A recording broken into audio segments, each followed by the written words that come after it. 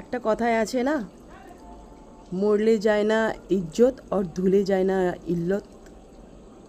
তো তোমার ধুলে যাবে না এখানে যে নোংরাগুলো আছে, ঠিক আছে?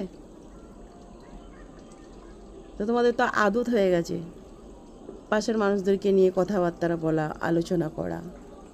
তো যাদের সঙ্গে আলোচনাটা করিস না তোরা, তারাই আমাকে এসে বলে। আমি ইচ্ছা করলে ঝগড়া করতে পারি, কিন্তু না, তোরা আমার জন্য বলতে বলতে খ্যাপা হয়ে যা, আমি কিন্তু সাড়া দেবো না, জানিস তো? আমার লেভেলটা দেখ তো কোথায়, তোরা এখানে আছিস, আমি এখানে আছি, তো তোদেরকে তো আমি সাড়া দেবই না। তোরা যত আমার পিছনে লাগবি, উপরবেলা তত আমাকে আরও উপরে উঠিয়ে নিয়ে যাবে। আজকে তোরা কোথায় আছিস দেখ, আর আমি কোথায় আছি দেখ, তারপরে কথাটা বল।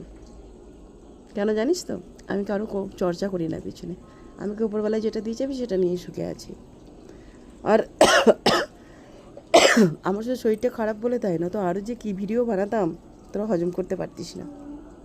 আমাকে একটু ঠিক হয়ে যেতে দে, তারপরে তোদের এগুলো জবাব আমি দেবো, ঠিক আছে? আরামসে এখন রাস্তায় রাস্তায় রাস্তায় রাস্তায় আমার চর্চা করে বেড়া।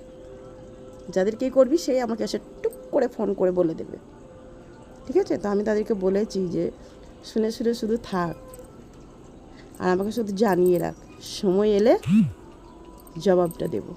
তার কারণ আমি আমি আমি কখনো তোদের কাছে যাইনি এরকম করতে, দিয়ে বলতে না, কিন্তু তোরা এসছিস আমার কাছে,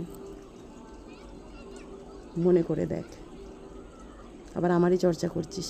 ছি, থু তোদের জীবনে, ভাতারের খাচ্ছিস, আর বলে না, খারাপ ভাষাটা আর বললাম না, গীত গাইছিস।